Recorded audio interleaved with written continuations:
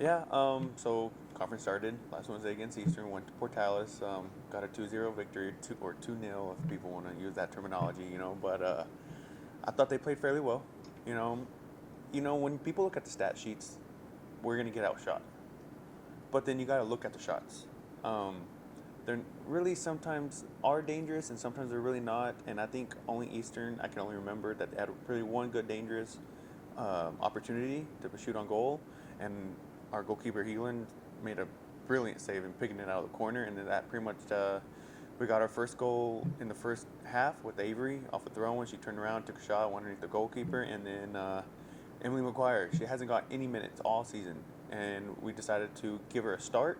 And in the second half, she was able to 10 minutes into the second half, she was able to get a goal. Very composed in front of goal, was able to dribble out the goalkeeper and just push him back of the net and make it 2-0. Which was really nice to have people that when they get their opportunity, they step up and they're able to produce for us and help us win.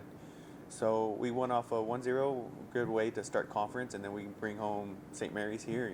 St. Mary's is probably one of the most dynamic attack in our conference. They probably scored around 20 something goals in about 7 games. They're averaging 2 goals a game. So I mean, they're really good this year, attack wise. So we did our little research. We did a little scouting reports on them, and we had a game plan, and it was working. It was working. It was working. It was working. And if you look at the score, we lost 2-0, but it's because we gave them the 2 goals. We had mental lapses. Again, we let them score with about a minute left in the first half. So going into half, once again, going 0-0 is completely different than going in 1-0. So we're playing catch up, and they were all over us the first half. I'm not gonna lie, they were all over us. They had 9 shots and we had 0. It was very tough for us to get producing offensively. But then second half started and we still lost the shot battle, but it was only 10-9. So we were right back fighting to get back into it. Second goal was completely our fault again. Our 2 seniors, Heelan and Kendall Britton, and our back line, 2 miscommunications, and I doubt that's ever going to happen again this season. I hope it's not going to happen, but with their experience and with their maturity, I think we'll handle that. So we had an opportunity at the end, a foul around top of the box. Madison Stokes hits the side post, and if we don't let those 2 goals go in and then we score that one, we win the game. But at the end of the day, we're 1-1 in conference. We're bringing Oklahoma Christian to town on Wednesday, and hopefully we get another win. What challenges do they present for you guys? They're very aggressive. They're very aggressive, very direct, and they usually recruit some big girls, so they usually try to be a little bit direct, kick it to the corner, either get a service in or get corners and try to score on set pieces, So we just gotta look at our scouting reports, look at film, and then just see what they do. If it's just normal, we just gotta be man to man and just be dominant in the air, and then hopefully we can keep possession and create our own chances at our end. You're talking about those mistakes in the past game. When I was watching the game actually happen, I just saw, like you said, that defensive communication issue. But Reagan Heelan still had a really great game, 6 saves out of 8. So talk about her performance, kind of season up to now, and what you saw from her.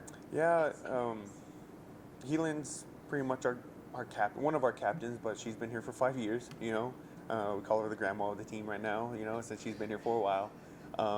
If you look at her now, it looks like she got into a boxing match or an MMA fight. She has a boot on, she has her knee taped. We played Fort Lewis, and she got a cleat to the eye, so she has a little gash right here. So she's all banged up and bruised, and you don't really see goalkeepers like that. So yeah, she has been called upon this year many times, and she's delivered. She has high expectation for herself, not only from us, but just herself in general. And she sometimes whenever teams are dominating us offensively, she is there to help us out, and she does her job by keeping the ball out of the back of the net. So it's the field players' turn, our attacking power, to help her out by putting some goals in the back of the net and help win the game. You guys have a huge night on Wednesday. How much do the girls like showing the kids out there? Because they're the next generation of the soccer players. How much do they like playing for the kids? Yeah, so it's fun. All these players come out here with their jerseys on, and they're all cheering and yelling and having a good time, and it's cool to see that this is a goal to to set for themselves. I think our girls are good role models for our community. So it's really fun for us as well because the stands get packed. So the girls enjoy having people in the stands yelling loud. It's a home field advantage for us. We love playing at home, and youth night will be one for the night, I guess.